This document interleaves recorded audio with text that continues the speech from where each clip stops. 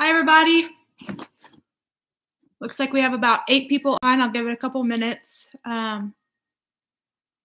before I start reading. I hope everybody's doing well. I'm excited to see you guys on here. It's beautiful outside, so go outside and play for sure. If you are on here, go ahead and let me know in the chat. A couple of you have already done that. It's good to see you.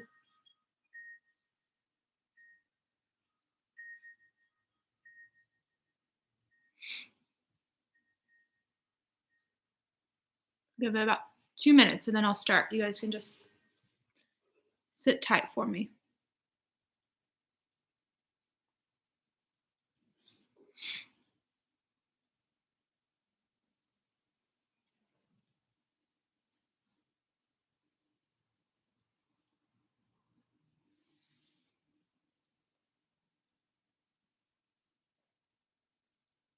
Today I'm gonna, before we get started reading, I want to give a kind of a summary on what we've read so far, especially since it's been a couple days since we have read, and I stopped in the middle of a chapter. Always a bad thing to do, but give us a quick summary so that we know what we're reading about today, and then I'll have another discussion question for us. I'll repeat all these directions again, but I will put the discussion question in the chat before I start reading. That way you guys can know what it is and you can think about it. A couple rules for kids in my class. Just remember, we're not going to be using the chat while I'm reading. Okay, just like in class, we wouldn't sit there and talk to our friends. I understand I can't control what you're doing at home, and I'm totally fine with whatever you're doing if you're listening as you're working or whatever, but we're not going to sit on the chat while I'm reading and talk to each other, okay? Get a few more seconds.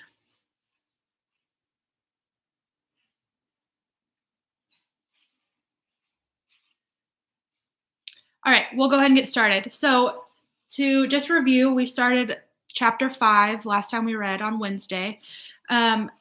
Melody introduces all of her classmates and talks about how their room is fit for babies with all of the paintings on the wall. They have a different teacher every year, but they learn the same things and stay in the same classroom. The classroom's name is H5. The youngest kid in Melody's class is a tiny girl named Ashley, followed by Carl, Maria, Gloria, Willie Williams, and the oldest is Freddie. And the whole school calls them the kids with disabilities.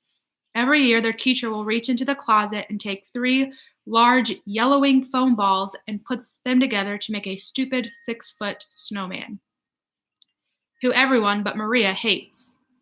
Okay, so I'm going to stop us there. That was what we started to read about in chapter 5, which leads me to my discussion question, which like I said, I'm going to put it in the chat right now.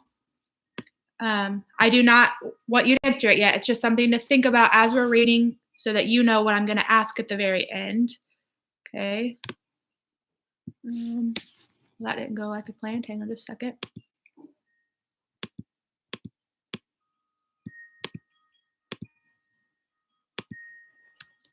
Okay, so the question I'm going to ask you at the end is, how does Melody feel about school? How does she fit in with her classmates? And what makes her different from the rest of the children in H5? Again, that's the name of her classroom. And what would Melody's ideal school situation look like? Okay, so we're really going to be focusing on how Melody feels about school. All right, so again, as I'm reading, just sit back and enjoy. And at the end, we'll kind of discuss about how she feels about school and what would school look like if she got to pick.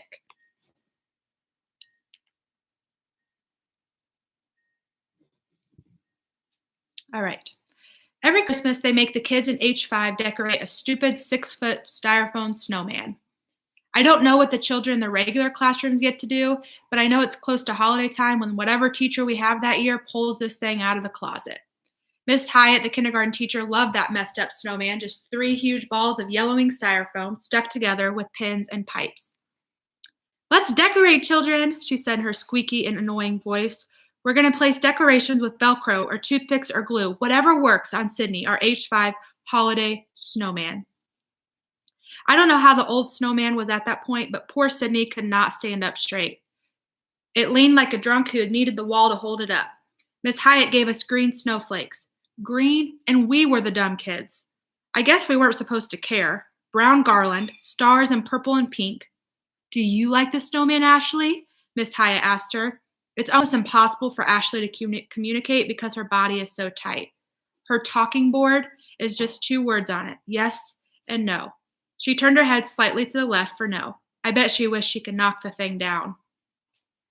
Compared to Ashley, Carl is huge. Even though he's just 9, he's got a special wheelchair that's extra wide, and it takes 2 aides to lift him in and out of it. But he's good with his hands. He can move his own chair, and he can hold a pencil well enough to write his name and stab a snowman. Carl sticks pencils and rulers into the snowman's torso and pins into its head. Miss Hyatt used to clap her hands and say in her squeaky little voice, "Good job, Carl, so very creative." Carl would just laugh. He can talk, but only in very short sentences that usually have 2 parts. He has very strong opinions. "Snowman is dumb," he yelled. "Very, very dumb." I think he hates the snowman as much as I do. One year, he pinned a diaper on the back and another in the front of the bottom third of the snowman. The teacher let it stay. Carl knows diapers. When he poops in his pants, which is almost every day, the whole room smells like the monkey house at the zoo. The aides are so patient with him, though. They snap on their rubber gloves, clean him up, change his clothes. He always wears sweats, and he sits back in his chair. Those aides deserve medals. We're not an easy bunch. Maria, who has Down syndrome, is 10.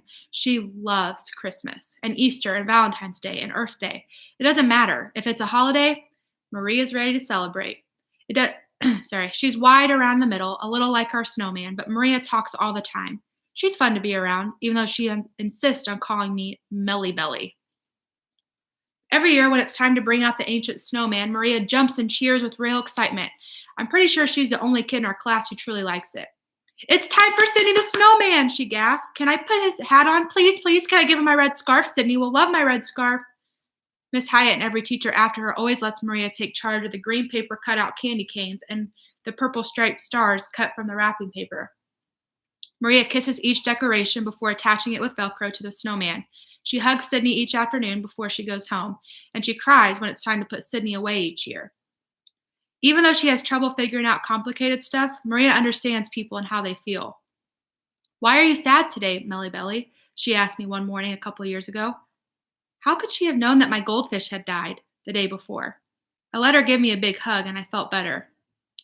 If Maria is our hugger, Gloria is our rocker. She rocks for hours in the corner under one of the dumb smiling flowers. The teachers are always trying to coax her out, but she wraps her arms around herself like she's cold and keeps on rocking. She's autistic, I think. She can walk perfectly well, and she talks when she has something to say. It's always worth listening to. "Snowman makes me shiver," she blurted out one day when the classroom was surprisingly quiet. Then she curled up in her corner, nothing else, until it was time to go home. She never added one decoration to our snowman, but she does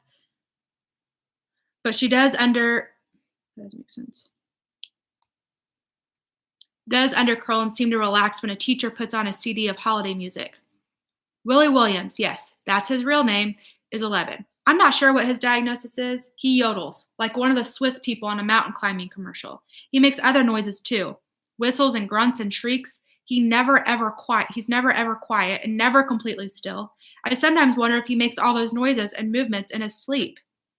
When Sydney the snowman comes out of whatever box they keep him in during most of the year, the teacher has to keep Willie at a distance because he'll knock the wobbly thing down. Willie's not trying to be mean, it's just that his arms and legs are in constant motion. He can't help it. Miss Hyatt was the first teacher to witness Sydney topple over. "Why don't you add this bright pink bow to our snowman?" she had squeaked to Willie that first year. All arms and movement, Willie tried, but that stupid pink bow went on one direction and poor Sydney went in the other. 3 separate balls rolled across the room. Willie shrieked and whistled. I think I saw him smile as well.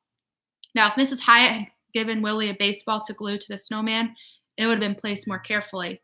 Willie loves baseball. Our first grade teacher, Miss Gross, likes to play the guessing games. Willie just burbled if questions were about butterflies or boats, but watch out if the question was about baseball. He'd screech out the right answer before the yelps and bellows took over. "Who is the first baseball player to hit 60 home runs in one season?" Mr. Gross asked. "Babe Ruth," then a screech. "Who broke Babe Ruth's record of 714 home runs?" "Hank Aaron." Whooping noises. "And who's the all-time hit king?" Mr. Gross seemed to be astonished at Willie's knowledge. "Pete Rose, 4.256. Eek!" And who holds the lifetime touchdown record? Silence. Not even a squeak. Willie doesn't even bother with football or snowmen. Sometimes when I look at Willie, though, I get the feeling that he really wishes he could be still and silent. I watch him as he closes his eyes, frowns upon his face, and concentrates. For just a few minutes, he's quiet. He takes a deep breath like a swimmer coming up for air. And when he opens his eyes, the noises start all over. And he just looks sad. Jill uses a walker because her left foot drags a little as she walks. She's thin and pale and very quiet. When Sydney comes out for the season, Jill's eyes are almost blank. It's like the light has been clicked off. She cries a lot. Mr. Gross used to put decorations in her hand and try to make it easy for her to join the activity, but it was like helping a store mannequin. I heard an aide say she was in a car accident when she was a baby. I think that's awful. To start out okay, but then to lose the ability to do stuff. Freddie, who's almost 12, is the oldest in our group. He uses an electric wheelchair. He loves that thing. He tells me every chance he gets, Freddie, go zoom, Freddie, go zoom. He grins, pretends he's putting on a helmet, then he pushes the controller to its max and takes off across the room. Of course, his speed control has 2 settings, slow and slower. But to Freddie, he's at the racetrack. He zooms his electric chair around the raggedy old snowman, tossing Velcroed stars and bells at it, asking, Snowman, go zoom, zoom? Well, after Willie sent it flying and Carl tried to stab it with pencils, I guess it was a fair question. Every year, Freddie adds his own touches to the snowman, NASCAR and NASA decals like the ones on his chair. If you ask Freddie what the date is, he can't tell you. But if you want to know who won the Daytona 500, Freddie will know. And then there's me. I hate the stupid snowman. But I toss tinsel and at it like they asked me to. It's easier than trying to explain. I have a large plexiglass tray that fastens to the arms of my chair. It serves as a food tray as well as a communication board. When I was younger, Mom pasted dozens of words on it, but I was still limited to only a handful of common nouns, verbs, and adjectives, some names, and a bunch of smiley faces. There are also a few necessary phrases, like, I need to go to the bathroom, please, and I'm hungry, but most people, even little kids, need to say more than that in a day. Duh. I've got please and thank you, yes, no, and maybe, close together on the right side. On the left are the names of people in my family, kids in my class, and teachers. The name of Sydney is not included. There's an alphabet strip at the top so I can spell out words and a row of numbers under that so I can count or say how many or talk about time. But for the majority of my life, I've had the communication tools of a little kid on my board. It's no wonder everybody thinks I'm retarded. I hate that word, by the way, retarded. I like all the kids in room H5, and I understand their situations better than anybody, but there's nobody else like me. It's like I have to live in a cage with no door and no key, and I have no way to tell someone how to get me out. Oh, wait, I forgot about Miss B. Chapter 6. Mrs. Violet Valencia lives next door to us. Violets are purple, and Valencia oranges are, well, orange. Purple oranges are just plain unusual, and so is she. She's a big woman, about 6 feet tall with the biggest hands I've ever seen. They're huge. I bet she could put a full-size basketball in each of her palms and still have room left over. If Miss V, well, like a tree, then my mom's like a twig next to her. I was about 2 years old when I started hanging out with Mrs. B's house. Mom and Dad hardly left me with anybody at first, but sometimes their work schedules overlapped and they needed a third person to help out. Mom said Mrs. B was the very first visitor when I came home from the hospital. The first person to just pick me up just like any other baby. And a lot of my parents' friends had been scared to even touch me, but not Miss V. Miss V wears huge flowering dresses. Must be miles of material in those things, all in crazy color combinations. Bubblegum pink, fire engine red, and peachy sherbet, with bright cinnamon, and all shades of orange and purple, of course. She told me she makes the dresses herself. I guess she'd have to. I'd never seen anything like them in any store or in the mall. Or in a hospital either. Miss V and Mom used to work together as nurses at the hospital. Mom told me that children that there had been crazy about her. She wore the same bright outfits in the preemie ward, the kids' cancer ward, and the children's burn unit. Color brings life and hope to these children, she announced boldly, daring anybody to disagree. I guess nobody did. I remember sitting on Mrs. V's porch for the first time.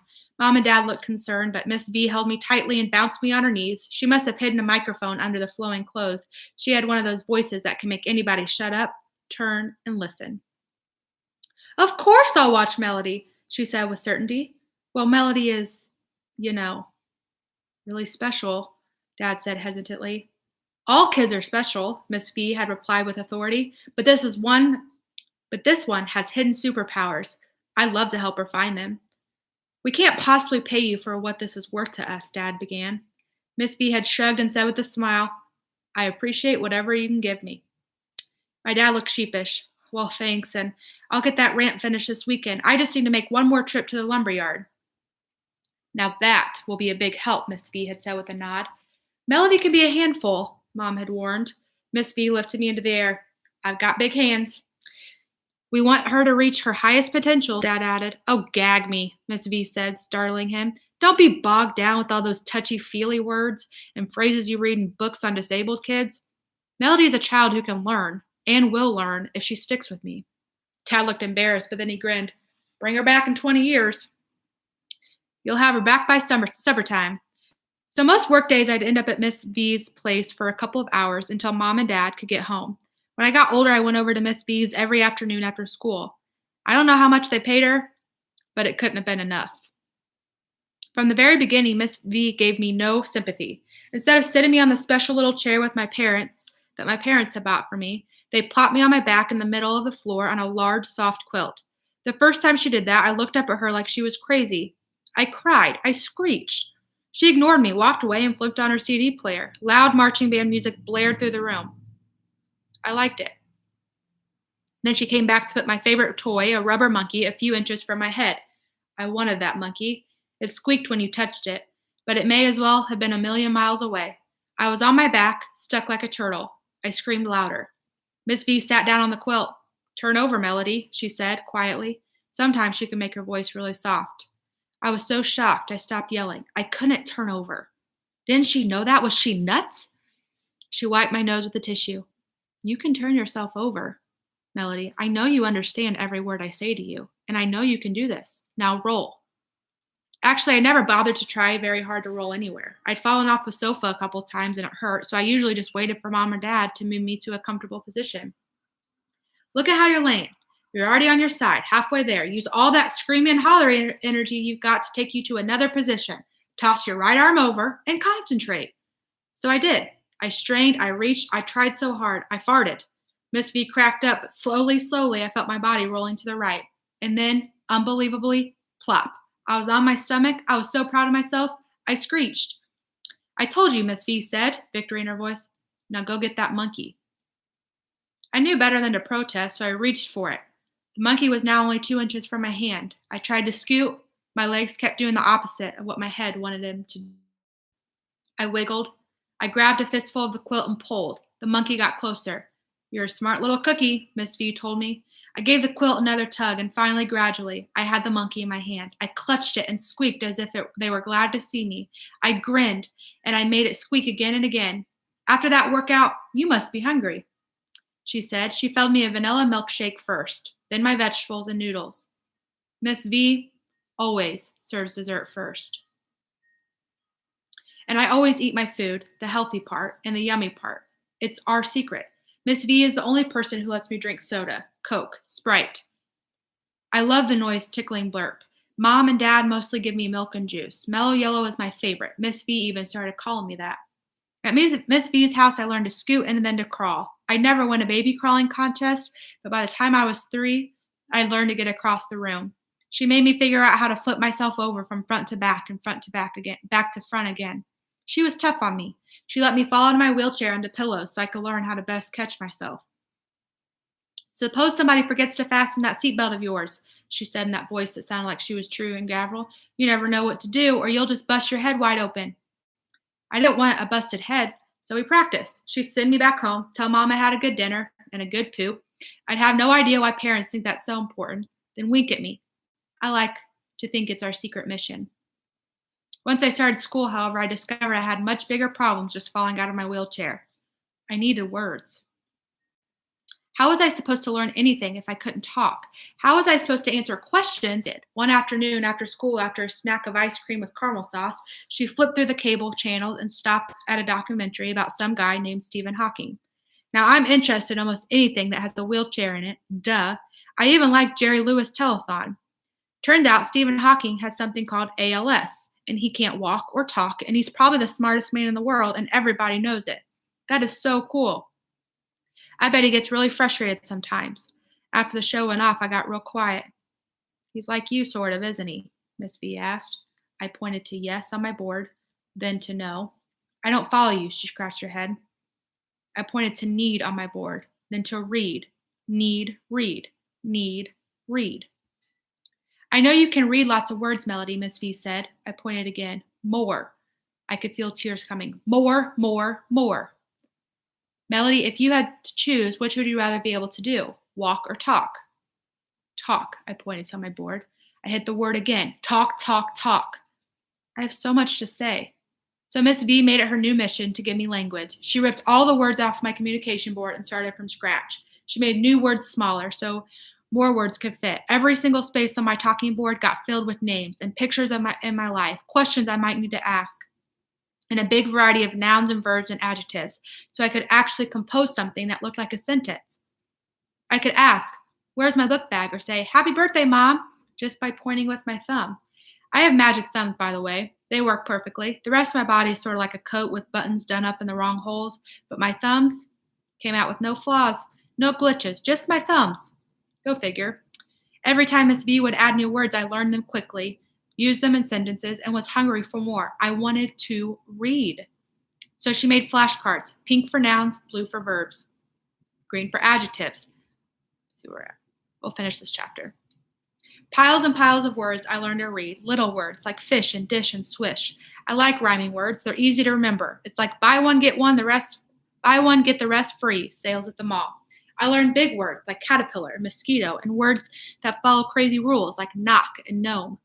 I learned all the days of the week, months of the year, all the planets, oceans, continents. Every single day I learned new words. I sucked them in and gobbled them up like they were Miss V's cherry cake. And then she would stretch out the cards on the floor, position me on a big pillow so I could reach them, and I'd push the cards into sentences with my fist. It was like stringing the beads of a necklace together to make something really cool. I like to make her laugh, so I put the words into wacky order sometimes. The blue fish will run away. He does not want to be dinner. She also taught words for all the music I heard at home. I learned to tell the difference between Beethoven and Bach, between a sonata and concert. I'm not very good at music. She'd pick a selection on a CD, then ask me the composer. Mozart. I point to the correct card from the choices she set in front of me. Then I'd point to the color blue on my board. Huh? She asked. When she played the selection from Bach, I point to the correct composer, and once again touch the color blue on my board. I also touched purple. She looked confused. I searched around for the right words to explain what I meant. I wanted her to understand that music was colorful when I heard it. I finally realized that even Miss V couldn't figure out everything in my head. We kept going. Sometimes she'd play hip-hop music, sometimes oldies music, and the colors it produced flowed around her as easily as her clothing. Miss V took me outside in all kinds of weather. One day, she actually let me sit out in the rain. It was steaming hot, and I was sticky and irritable. It must have been about 90 degrees outside. We were sitting on her porch, watching the storm clouds gather. She told me the names of all the clouds and made up stories about them. I knew that later she had the names of every kind of cloud on word cards for me. Big old Nimbus up there. He's black and powerful and can blow all the other clouds out of the sky. He wants to marry Miss Cumulus Cloud, but she's too soft and pretty to be bothered with such a scary guy. So he gets mad and makes storms, she told me. Finally, old Nimbus got his way and rain came down around, and Miss V rained so hard I couldn't see past the porch. The wind blew and the wet coolness of the rain washed over us. It felt so good. A small leak on Miss V's porch let a few drops of rain fall on my head. I laughed out loud. Miss V gave me a funny look, then hopped up. You want to feel it all? She asked. I nodded my head. Yes, yes, yes. She rolled me down to the ramp Dad had built, both of us getting wetter every second. She stopped when we got to the grass, and we let the rain drench us. My hair, my clothes, my eyes, my arms and hands, wet, wet, wet. It was awesome. The rain was warm, almost like bath water. I laughed and I laughed. Eventually, Miss V rolled me back to the ramp and into the house, where she dried me off, changed my clothes, and gave me a cup of chocolate milk. She dried off my chair, and by the time Dad came to pick me up, the rain had stopped and everything was dry once more. I dreamed of chocolate clouds all night. Okay, we're going to stop there. So this will be where you can go ahead and answer the question in the chat. I'll read it again.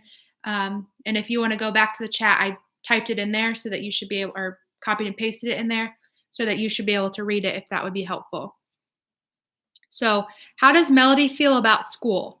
How does she fit in with her classmates? And what makes her different from the rest of the children in age 5?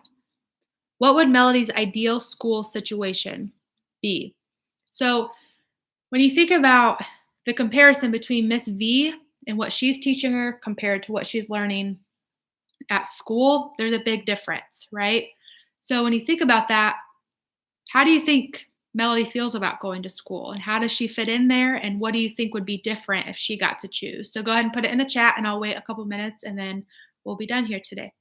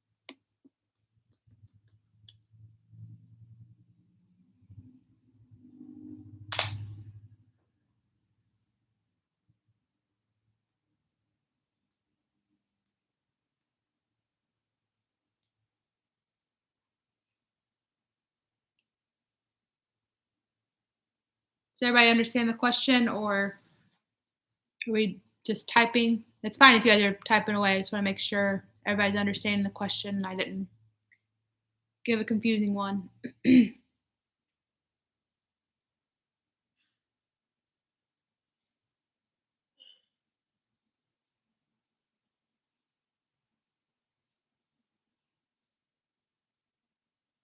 somebody said they don't understand the question. So in chapter 5, we talked about what school was like for Melody. She's put in a classroom.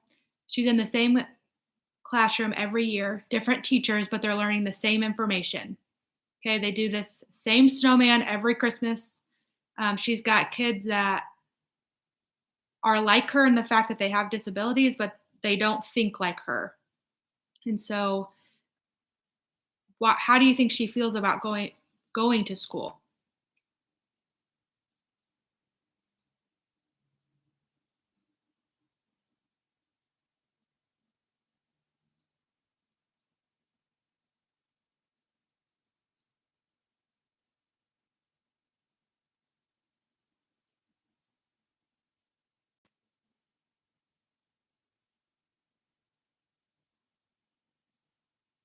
So just to kind of give an example of what I'm thinking, when there's a very big difference between going to school and then going with Miss V. It does not seem like at school she's learning a lot, um, because it doesn't seem like the school has a lot of expectations for those students. They don't try and push them. They're learning the same things every year. Yet whenever Melody goes to Miss V's, she's teaching her about music. She's teaching her how to type out words on her or use her board to say sentences, and she's learning new words. And so if I had to think about it, I don't think Melody likes going to school because she's not being challenged. We know that Melody is really smart, and nobody knows that about her yet. And so thankfully she has Miss V to help her.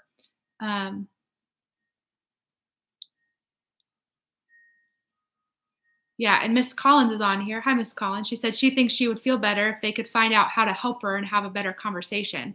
So I think I think she's exactly right. If she got to be in that classroom, but they knew how to help her communicate, it would go better.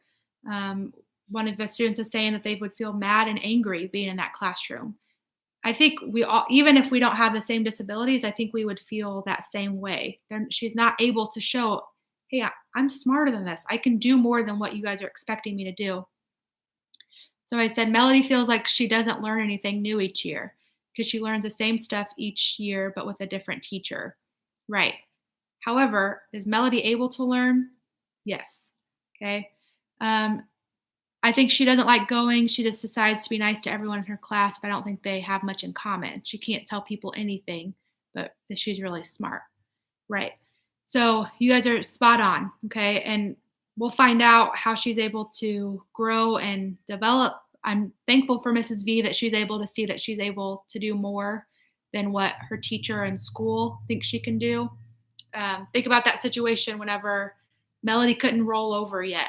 And Miss V said, you're going to learn how to do this. And then baby her and made her buck up and do it. So that's good. That's what we need. Toughen up. No whining, right? So we're going to go ahead and end that. This has kind of been a longer one. I hope you guys are able to stay in there. Go outside and play today. Hope your schoolwork isn't taking too long. It shouldn't. If it is, let me know and I'll help you. But go outside and play. Spend some time with your family. Remember about those things we talked about on Zoom to make the most out of this time. Do something kind for someone else. Write a letter to somebody. Telling them how you feel. Go for a walk. Exercise. Okay. Get nice and buff. Somebody said she'll feel sad. So I hope you guys have a good rest of your day. We'll see you on Wednesday at 1:00. Thank you for joining. I appreciate you guys. I love you and I miss you. Bye.